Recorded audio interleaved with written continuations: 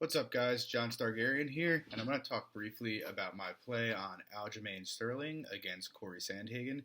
I've played Sterling for 2 units at minus 120 in this spot, and I think there's a fair bit of value. So first off, I actually like Sandhagen a lot. I think he has championship ability to some degree, and, obviously the guy is, first of all, his frame for the division is insane. He's 5'11 with a 70-inch reach. That's just massive for 135 pounds. And, he throws at an absolutely ridiculous rate. He lands so far in his UFC career about 7.14 significant strikes per minute. And he has attempted roughly 14.28 significant strikes per minute. So, that's just really incredible volume. And that's going to go, that's going to go a long way in any division, really, for winning rounds. And, on the flip side, he's only absorbed 4.16. So you're talking about a net ratio of almost +3. And, his defensive strikes about 58%. So, that's really impressive. And, he's been a bit of a cash train for me. I played him against Sun Tzu. I played him against Bautista earlier this year, I believe. I played him against Lineker, though that was a bit dicey. But truthfully, I really think this is kind of a rough spot for him here. So, Sandhagen's, the best aspects of his game are obviously his volume striking and his ability to use his movement and his length to great effect. And you saw that a lot in the Sun Tzu fight. Sun Tzu is a fairly sound technical striker, but, he really struggled to figure out the reach. When he found the pocket with Sandhagen, he was able to touch him pretty consistently. He actually landed at about, I believe it was about a 55% striking accuracy that fight at distance. The problem is he's given up 5 inches of reach and 6 inches of height, and Sandhagen uses his reach incredibly well. And so, you could see, first of all, Sun Tzu just doesn't have the gas tank that Sandhagen does, and he faded down the stretch. And, to this point in Sandhagen's career, he's basically been able to use that blueprint against everybody. Basically, kind of keep distance, just put out insane output, a lot of kicks, he's a pretty dynamic striker. And just win on volume and cardio. And, he's probably going to be able to do that to most people in this division. This is one of those spots, though, where I don't think he'll be able to. First of all, because if you actually look at Sterling, while Sandhagen has a 4-inch height advantage, he's actually giving up a 1-inch reach advantage to Sterling. And this is the first guy who's even come near, his reach. Technically, Sandhagen will probably still have a slight reach advantage because he's got a 4-inch height advantage. But it's a bit different, and he's not going to have, as much room for error on the outside. So whereas a lot of his opponents have really kind of struggled to find range against him, I don't think Sterling will have those same problems. And actually, while the numbers on their face don't seem similar, so Sterling lands for his career in the UFC at about 4.85 significant strikes a minute and attempts, close to 10. That's a really, really strong rate. Obviously doesn't approach Sandhagen. But if you actually look at Sterling's last 4 fights, he's attempted about 15 significant strikes a minute and landed at about 8.5, which is actually a higher rate than what Sandhagen lands at. And, it's actually been evident that his game's evolved quite a bit since he got knocked out by Marlon Moraes. And, in that same time, he's only absorbed about 4 significant strikes a minute. So you're talking about a guy, with a +4 striking differential. Now, look, striking differential is not everything. And I do think, in general, Sandhagen will probably be landing the harder shots. But so there's a couple things at work here. So first of all, I actually think Sterling is a much better defensive striker than Sandhagen. So I mentioned when I was discussing Sandhagen, he does a tremendous job of, fighting behind his length. But when he comes into the pocket, he's actually pretty hittable. So I mentioned at distance, Sun Tzu actually landed at a 55% clip, which is a very, very, very high clip. And John Lineker actually landed at about a 43% clip and landed 106 significant strikes against him. And Lineker was actually giving up 8 inches of height and 4 inches in reach. So, it's a bit concerning. And I saw one of these guys I'm in a group chat with mention this the other day, and I laughed it off at the time, but after taping it, it's true to some extent. His style is clearly based on Dominic Cruz, but it's actually more like Alexander Hernandez. And by that, I mean, if you look at Alexander Hernandez, on the outside, his footwork really looks sensational. But when he comes into the pocket, he tends to come in linearly. So he comes in like dead straight and is very readable in the pocket, which is why, he gets hit so much. It's not because he doesn't have good footwork. He has good footwork on the outside. It's that when he comes in, he's not moving much. And I think Sandhagen has a lot of those same tendencies. The difference is Sandhagen has that massive frame in this division and that massive reach that, he can come in and he's still hard to find for a lot of bantamweights because they just don't have that height of reach. Sterling, on the other hand, while he's at a height disadvantage, he does have that reach, though, and he will be able to touch Sandhagen. And not only that, Sterling's actually an elite defensive striker. So if you actually look at Sterling, he's very unorthodox in his offensive striking, but defensively, his head movement is really, magnificent. It's the best way to put it. He's defended strikes at about a 66% rate. But his last two fights, in particular, two fights against Jimmy Rivera, who's a very, very strong boxer, Sterling basically limited him to 24 significant strikes across 15 minutes. Now, some of that was cage push, but even at distance in that fight, if you actually look at it, Rivera only landed 17 of 77 strikes. That's actually kind of crazy. And on the other side, Sterling landed 101. And, those numbers have borne out for his entire career. For his career, Sterling's only absorbed 1.95 significant strikes per minute. And so between the two of them, I think the striking's kind of even. I'd probably give Sandhagen a slight edge because I do think he's more dynamic and he hits a bit harder than Sterling. But I think Sterling's a much more defensively sound striker than Sandhagen. And so consequently, while Sandhagen may hit him with some stuff and hit him a bit harder, I don't think Sterling's going to have much trouble keeping up on volume because he's, as I mentioned, he's very long as well, and he's very good at making reads in the pocket. To some extent, it reminds me a little bit of Alex Volkanovski and Max Holloway, and not in fact, I don't think Sterling's going to dominate the striking the way that Volkanovski did, but it's kind of a similar dynamic. Holloway had never really faced someone who could match his volume and who wouldn't struggle dealing with his height and reach at the same time, and I think it's kind of a similar dynamic here. And on top of that, I talked a little bit about how Sandhagen moves like Cruz, and, you saw when Cruz fought Cejudo basically was able to neutralize his movement with leg kicks. And while Sandhagen's a good kicker, probably a better kicker actually than Sterling, Sterling's actually a damn good kicker in his own right.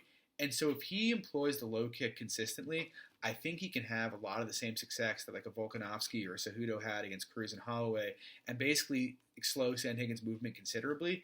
And if it just becomes, a fight of pocket exchanges, like I said, Sandhagen hits harder, so I'd give him a slight edge, but it's pretty much a dead even fight. And so, that's kind of how I view the stand-up here. Maybe a slight edge to Sandhagen, but in a straight kickboxing match, I don't think I could favor him more than like minus 110, minus 115. And it wouldn't surprise, like I said, that's basically a coin flip, so it wouldn't surprise me at all if Sterling won the stand-up. Where I think this fight is going to change drastically, though, is in the grappling. So the biggest hole in Sandhagen's, basically in his game, is his defensive grappling. Or his takedown defense, I should say. He's only defended takedowns at, 27% rate, which is, truly dreadful. And if you actually watch the tape on it, it looks as bad as it sounds. So basically, he just doesn't even grab underhooks. He lets himself get taken down. Now, he's only allowed one guard pass in his career in the UFC to date across 5 fights, while across 8 takedowns. And it's because he's really exceptional at using his length to, attack submissions and using them to sweep to get back to his feet. And, so far, no one's really been able to punish that. The one guy you think that might have been able to was a Sun Tzu in his last fight. But that was kind of a weird fight. So I watched that a lot because, I had some of the same suspicions coming in, even though I played Sandhagen. I was a bit worried. But as Sun Tzu in that fight he didn't attempt a single takedown in the first round. Got pieced up. Second round, it got a bit scrambly. He did get on top of Sandhagen, but Sandhagen was able to actually reverse position.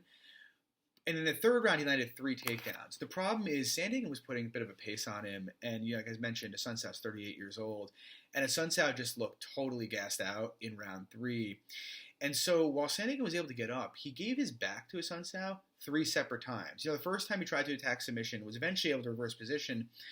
But the other 3 times he gave his back. And I've seen people talk about it like, oh, Sandhagen's always been able to work to his feet.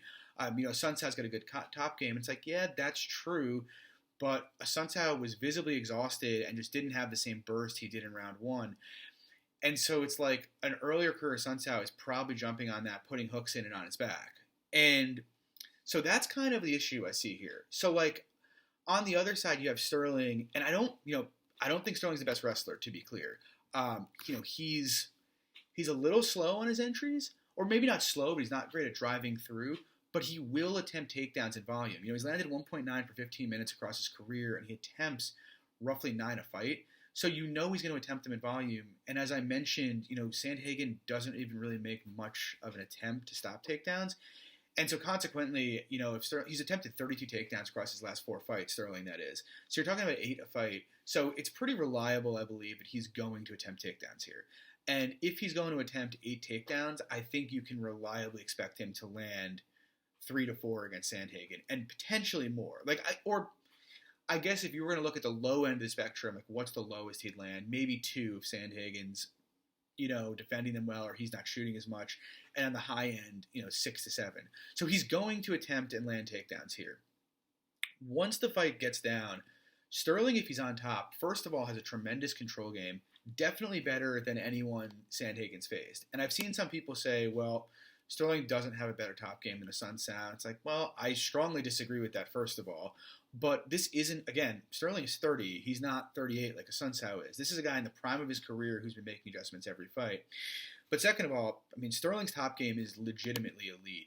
If you actually look at this 4-fight winning streak he's on, he fought Brett Johns and Cody Salmon in the first two guys he beat. And both of them are very strong grapplers. In fact, I'd say both of them are better grapplers than Sandhagen is. And he basically ragdolled each of them in the grappling. He finished Salmon, and he dominated Brett Johns. And you just saw Brett Johns dominate a pretty good grappler in Tony Gravely, just to give you an idea.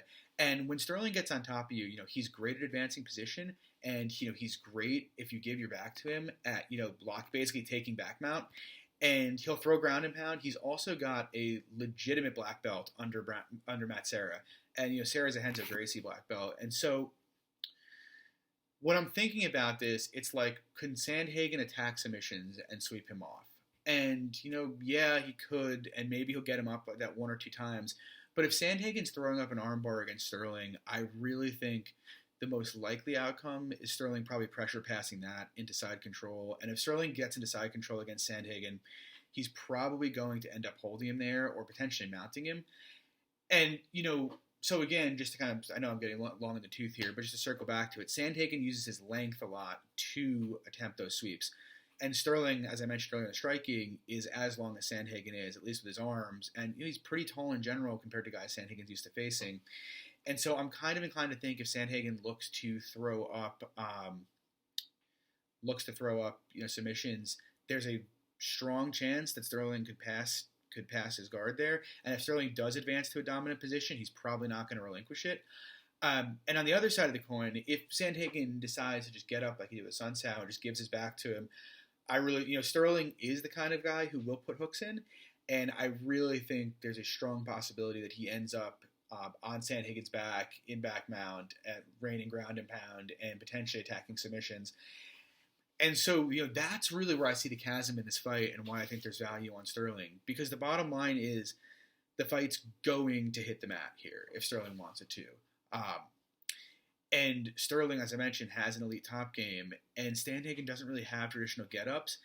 So it's like Sterling has, in my opinion, a heavy grappling edge. But even, let's just assume for a second that, Sandhagen's made massive, massive improvements to his ground game. Or his get-up game, I should say. Let's say he gets up every time without Sterling passing him, and Sterling can't hold him down for more than 30, 45 seconds or something like that. I see this as an even fight in the feet, maybe a slight edge to Sandhagen. The optics of that, I don't think either guy's likely to get hurt too bad on the feet. And so if Sterling's going to go out there and land, between 3 and 5 takedowns in a fight that's very close on the feet, you have to favor him to win rounds. So the absolute worst case scenario, if Sterling can't dominate the grappling, is that he's going to have good optics. So for me, I'm looking at this. Sandhagen can obviously win this fight. Maybe he dominates the striking in a way I'm not seeing. That's definitely possible. Maybe he's just too fast and too much for Sterling. But if that doesn't happen, it's almost impossible for me to cap Sterling under like 60, 65% here, unless you know for a fact that Sandhagen's made major defensive grappling improvements.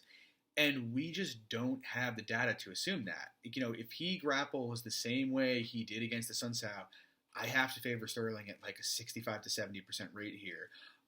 On the conservative, so I'm going to be conservative because I do think Sandhagen is a superstar talent, and him making those improvements is definitely not out of the question. Plus there's a Sterling wrist injury, so I'm not going to go and say he should be in the minus 200s because I think that is extreme. But I have Sterling capped at minus 186, and like I said, like Sandhagen's a stud. Like I absolutely love him, but unless you can tell me for a fact he's made those improvements in the defensive grappling, I just don't think he has enough of an edge on the feet to consistently win rounds against Sterling here. And so, yeah, I'm sorry it was a long video, but that's my play here. I'm on Sterling for 2 units at minus 120. And, if it comes in more, because I see a lot of people playing Sandhagen, I might play him again at plus money if he gets there. So, yeah, that's my play. I hope you guys enjoyed the video. If you agree with me, follow me. If you disagree, fade me. Either way, hope we make some money off this. You can find me at Twitter or on Twitter at MMA Fawkes. That's FAWKES. And my boys and I will be doing a UFC 250 full card breakdown podcast on Wednesday. So yeah, follow me and I hope you guys enjoyed. Thanks. Bye.